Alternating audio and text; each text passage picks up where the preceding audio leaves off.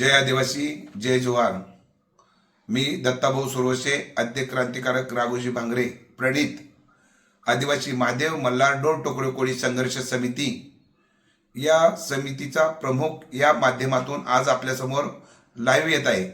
मित्रांनो, लाईव्ह येण्याचं कारण की कालच्या विधानसभेमध्ये बजेट अधिवेशनामध्ये माननीय आमदार शिवाजीराव पाटील व जतकर यांच्या माध्यमातून विधानसभेमध्ये आपलं जे आपल्या अभ्यासकांनी बनवलेलं निवेदन आहे ते जसं त्या तसं विधानसभेमध्ये मांडून तो प्रश्न विधानसभेच्या पटलावर आणलेला आहे आणि त्या माध्यमातून आपल्या महाराष्ट्रातील सर्व जिल्ह्यातील कलेक्टरांना विचारणा करण्यात आलेली आहे की सदर प्रश्नाच्या अनुषंगाने त्यांनी माहिती मागवलेली आहे।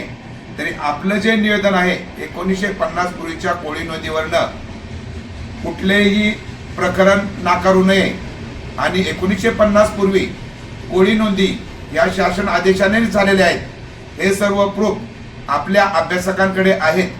त्या सर्व अभ्यासकांनी आपापल्या विभागातील, मग ते विदर्भ असेल, खानदेश असेल, मराठवाडा असेल, पश्चिम महाराष्ट्र असेल, कोकण असेल, या सर्व विभागातील अभ्यासकांनी प्रत्येक कलेक्टरना हे आपले सर्व एव्हिडन्स प्रूफ कुठल्याही परिस्थितीत सोमवारी कलेक्टर ऑफिसला नेऊन द्या आणि त्यांना सांगा की जो आपला प्रश्न तिथं विधानसभेमध्ये विचारला आहे त्या प्रश्न क्रमांक आहे, तारांकित प्रश्न क्रमांक आहे 24-239 या प्रश्नाच्या उत्तरादाखल सर्व जिल्हाधिकाऱ्यांना आदेश करण्यात आलेले आहे, त्याची माहिती मागवण्यात आलेली आहे आणि ती अचूक माहिती शासनापर्यंत जायला पाहिजे। कारण ती माहिती तारांकित प्रश्नाच्या अनुषंगाने आल्यामुळे ती शासनाच्या पटलावर राहणार आहे आणि आपल्या जे अभ्यासक मंडळी आहे ज्यांनी दिवस रात्र मेहनत करून मनोहर कोळी सर यांच्या माध्यमातून आपले माधव अंकाळी सर असतील, शिंगोरे सर असतील,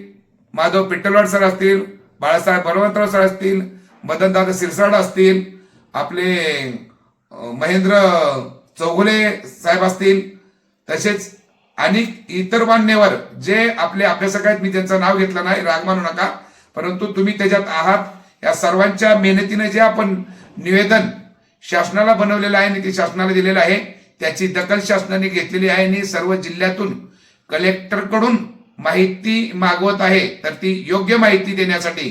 कारण शासनाकडे माहिती पाहिजे असेल तर त्या कलेक्टरांना, प्रांतांना अभ्यास करावा लागेल, पाठीमागे जावं लागेल, शोधाशोध करावा लागेल आणि त्याच्या वेळेमध्ये जर नाही मिळालं तर ते चुकीची माहिती सुद्धा शासनाला देऊ शकतात।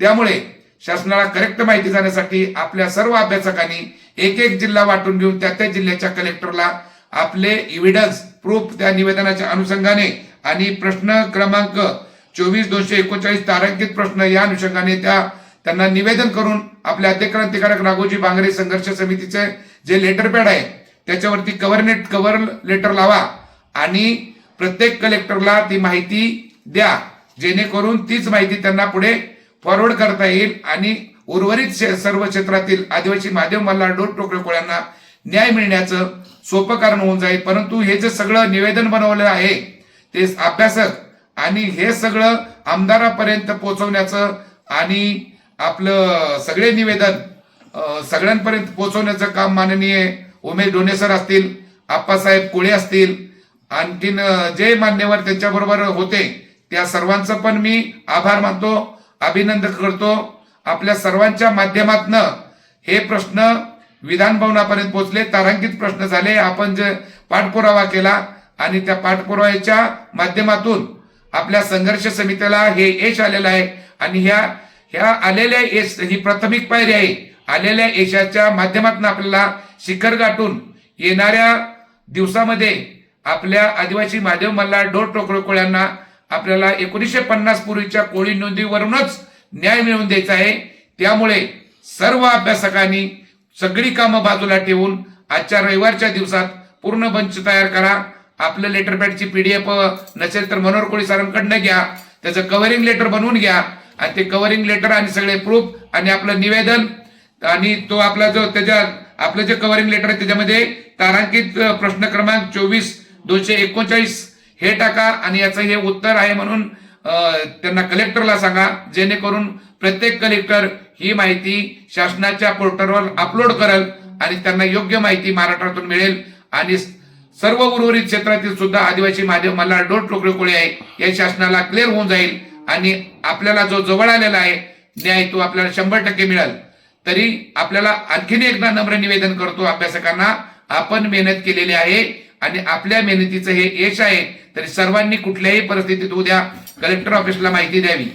तसेच मित्रांनो, आजपर्यंत आपण जी सगळी आंदोलने केलेली आहेत सगळी आंदोलनं यशस्वी झालेली आहे आणि आपली जी टीम आज धडपड करते, जे उमेश ढोणे साहेब असतील, आप्पा कोळे असतील, यांच्या माध्यमातून थोड्याच दिवसात मुख्यमंत्र्यांसोबत सुद्धा आपली मिटिंग नक्की लागणार आहे, हे पण तुम्हाला आश्वासित करतो.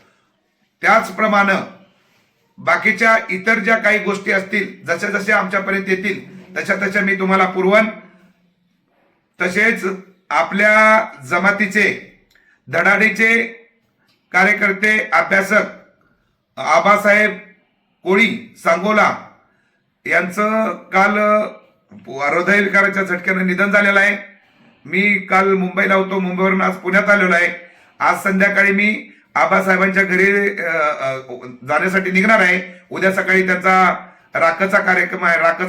राखच्या कार्यक्रमाला उपस्थित राहून त्यांच्या कुटुंबाच्या दुःखात सहभागी होणार आहे. ज्या आपल्या सर्व जमात बांधवांनी जास्तीत जास्त संख्येनं आबासाहेबांच्या राखासाठी उपस्थित राहा, कारण त्या माणसाचं खूप मोठं योगदान आहे.